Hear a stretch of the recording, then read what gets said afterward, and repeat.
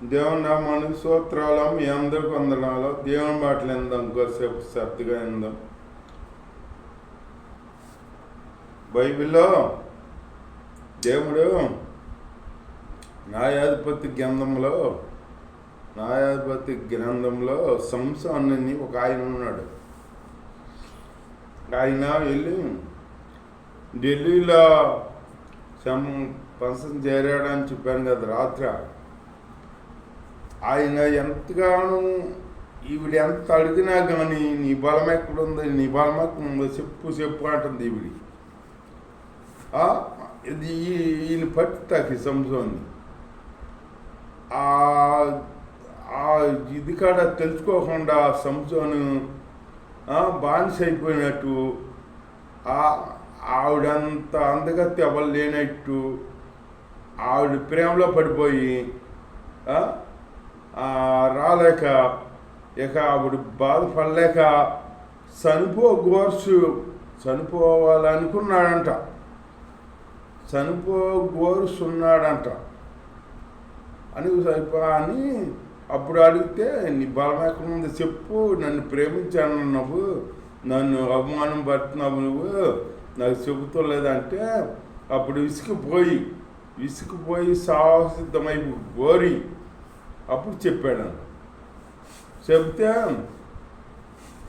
నా బలమంతా నా జుట్టులో ఉందే, నేను నాజూరు చేయబడిన వాడిని, పుట్టిన మొదలుకుని మంగళగతి నా నెత్తి మీదకి రాలేదు, నేను దేవుడికి నాజూరు చేయబడిన వాడిని, నా జుట్టులో ఉంది బలమంతా, నా జుట్టు నా నుండి వేరు చేస్తే నాకు బలం ఉండదేక బలహీన అయిపోతాను అని చెప్పాడు. ఢిల్లీకి స్తోత్రం, యెషయా స్తోత్రం. సానిపోత అక్కడ సిద్ధమయ్యాడు, కానీ ఆవిడ దగ్గర నుంచి బయటకు వెళ్ళిపోవాలనుకోవాలన్నమాట.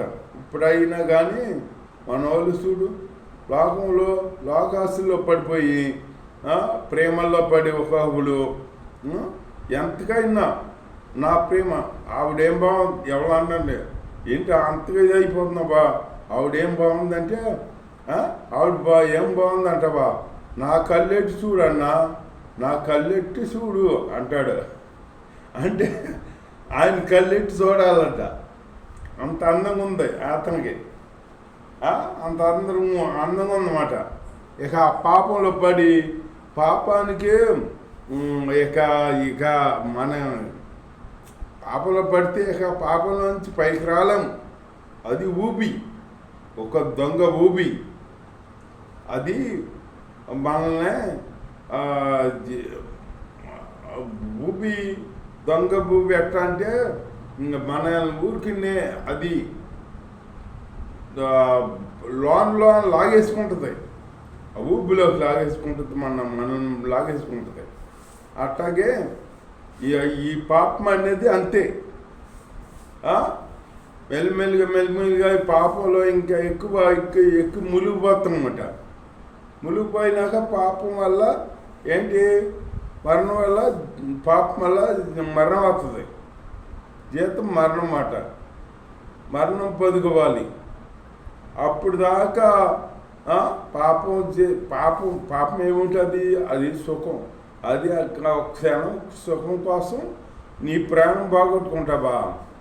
ప్రాణం అంటే ఏంటి, అది దేవుడిచ్చిన వరం, అది దేవుడిచ్చిన వరము. నీ బ్రతుకు నిన్ను బ్రతకమని దేవుడు నీకు వరం ఇచ్చాడనమాట.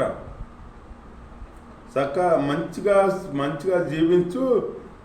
జీవించి నన్ను సూచించు, గణపరచు అని దేవుడు చెబితే ఈ మానవులు ఏం చేస్తున్నారో ఇష్టం వచ్చినాడు జీవిస్తూ సృష్టికర్తను మర్చిపోయి సృష్టిని ఆరాధిస్తూ, సృష్టిలో ఏమున్నాయో వాటిలో ఆనందిస్తూ, సినిమాల్లోకి వెళ్ళి ఆనందిస్తూ,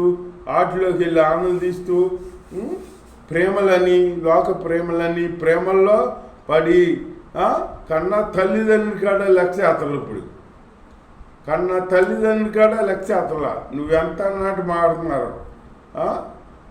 20 ఇప్పుడు నా ఒక ఒక 2 సంవత్సరాల పరిచయమైన పిల్ల కొరకు నువ్వు అంతగా ఇది అవుతున్నావు. నిన్ను 20 సంవత్సరాలు పెంచారు, వాళ్ళని నువ్వు ఎదురుకిచ్చి మాట్లాడుతున్నావు.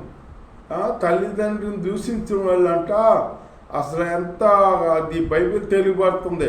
లోయి కాకులు ఉంటాయి చూడు, లోయి కాకులు వాళ్ళ కళ్ళు పీకుతుంటాయి అంట తల్లిదండ్రుని ద్వేషించిన వాళ్ళని. ఆ విషయం తెలియక వీళ్ళు ఇట్ట చేస్తున్నారు అనమాట. అది బైబిల్ చదివితే తెలుస్తుంది. ఇలాంటి లోకంలో ఇదే లోకం అనుకుంటున్నారు, ఇదే ఇది అనుకుంటున్నారు అనమాట. ఇదే మాకు ప్రపంచం అనుకుంటున్నారు. ఇదేగా ఈ జీవితమేగా మేము అనిపించేది, ఇంకేముందలే అన్నట్టుగా ప్రవర్తిస్తారు అనమాట. అట్లా అనుకునేది ఒక జంతువు ఉంది, నాదే ప్రపంచం, నాదే భూలోకం అంతా నాదే అనుకుంటుంది. అనుకుని ఒకసారి ఈ దాని యజమానులు వచ్చి దాన్ని కట్టుకుని తీసుకెళ్తారు. ఏంటి కోసుకుని అమ్ముకుంటాకి తీసుకెళ్తారు. ఏంటి పంది, మృగం. ఆ మృగం అనుకుంటుందట, అది పైకి చూడదు కదా, కిందే ప్రపంచం నాదేగా అనుకుంటుందంట, అదే ప్రపంచం అనుకుంటుందంట. అనుకుని ఈ కట్టుకుని ఎప్పుడైతే తీసుకెళ్తారో అప్పుడు కట్టుకుని తిరిగేస్తారు కదా, అప్పుడు పైకి చూద్దాయి. పైకి చూసి అప్పుడు అనుకుంటుందంట, నేను అదే ప్రపంచం అనుకున్నాను, పైన ఒక ప్రపంచం ఉందే అనుకుంటుందంట. అట్లాగే మన వాళ్ళు ఇప్పుడు ఏంటంటే ఇదే ప్రపంచం అనుకుంటున్నారు, ఇదే మనకు ఆనందం అనుకుంటున్నారు, ఇదే సంతోషం అనుకుంటున్నారు. ఇక్కడ ఉండగానే మనం సుఖం అనుభవించాలి, ఆనందంగా ఉండాలి అనుకుంటున్నారు. అది పొరపాటు. అసలైన జీవితం అక్కడ ఉంది, మనకి పరలోకంలో ఉంది. అది పరలోకంలో ఉండాలంటే ఇప్పుడు ఒక ధనవంతుడు ఉన్నాడు. ఆ ధనవంతుడు ఎంతో ఇదిగా గొప్పగా జీవించాడంట. ఆ ధనవంతుడి పక్కనే ఒక పేద లాజరు ఉన్నాడంట. ఆ లాజరు పాపం ఏమి లేనివాడు అయినా ఆ లాజర్కి రోగం కూడా ఉందంట, కురుపులు ఉండేయంట.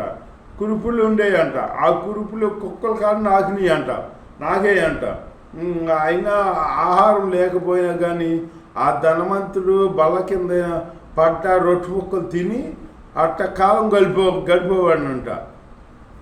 ఒకరోజు వచ్చింది, ఈ ధనవంతుడు చనిపోయాడు, ఆ పేద లాజరు చనిపోయాడు. ఈ ధనవంతుడు చనిపోతే అందరూ వచ్చి పలుకుబడి అన్ని ఉంటారు కదా, రాజకీయ నాయకులు ఏంటి, రాజులు ఎవరన్నా ఉన్నవాళ్ళు చనిపోతే వస్తారు కదా, అందరూ వచ్చి చక్కగా వైభవంగా తీసుకెళ్ళి ఆడ పాజి పెట్టారంట. ఈ లాజరు చనిపోతే ఎవరు రాలేదంట. మరి ఎవరున్నారు లాజరు కొత్తకి? ఎవరు రాలేదంట. రాపోయేటప్పటికి అప్పుడు పరలోకం నుంచి దేవదూతలు వచ్చినాయి అంట. దేవదూతలు వచ్చి లాజరుని తీసుకెళ్ళినాయంట. లాజరుని తీసుకెళ్ళి అబ్రాహాము రొమ్మున అనుకున్నాడంట లాజరు. ఈ ధనవంతుడు చనిపోయాడు కదా, ఈ ధనవంతుడు చనిపోయి నరకంలో కళ్ళు తెరిచాడంట. ఇక్కడ కన్ను మూసి నరకంలో కన్ను తెరిచాడంట. కన్ను తెరిచి అక్కడ యాతన పడిపోతున్నాడంట. యాతన పడిపోతా కాలిపోతుందంట, శరీరం కాలిపోతుందంట, మండిపోతుందంట. దాహం తీర్చుకుంటాకే నీ సుక్కర్ లేదంట. అప్పుడు ఇట్లా పైకి చూశాడంట. పైకి చూస్తే అక్కడ అబ్రాహాము కనపడ్డాడంట. అబ్రాహాము కనపడితే అప్పుడు అబ్రాహాము అంతకెత్తు తెలుసుకోసం ఆయనకి అబ్రాహాము తండ్రి అని తెలిసిందేమో, అంతకెత్తం తెలిసేమో. తండ్రి అయిన అబ్రాహాము అని కేకేసాడంట. కేకేసి నీ పక్కనున్నా నీ రొమ్మున ఆనుకున్న లాజరునే నేను ఇక్కడ యాతన పడుతున్నాను, ఆ లాజరుని పంపించు, అతను చిటికినేలు నీటిలో ముంచి ఆ సుక్క నా నోట్లో పోతాడు, ఆ సుక్కతో అన్న చల్లార్చుకుంటాను, నేను దాహం తీర్చుకుంటాను, ఇక్కడ యాత్ర పాడిపోతున్నాను అన్నాడు. అంటేను నువ్వు భూలోకంలో చక్కగా సుఖం అనిపించావు కదా, సుఖం అనిపించావు, అన్నీ చేసావు. ఈ లాజరు ఉన్నాడంటే అక్కడ బాధపడ్డాడు, ఇక్కడేమో సుఖం అనిపిస్తున్నాడు. నువ్వు అక్కడ సుఖం అనిపించావు కదా, ఇక్కడే అతను పడు. అంతేగాని ఇక్కడ వాళ్ళు అక్కడ వాళ్ళు ఇక్కడికి వస్తాకి ఇల్లేదు, మీకు మాకు మయాన పెద్ద అగాధం ఉందన్నాడంట. అగాధం ఉన్నాడు అంట. అయితే ఈ యాత్ర తప్పదా అన్నాడంట. తప్పదు అన్నాడంట.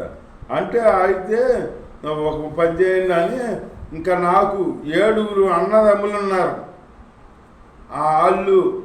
వాళ్ళు మిమ్మల్ని తెలుసుకుంటాకి, ఏసైని తెలుసుకుంటాకి నీ రొమ్మున అనుకున్న లాజర్ని పంపించమన్నాడంట.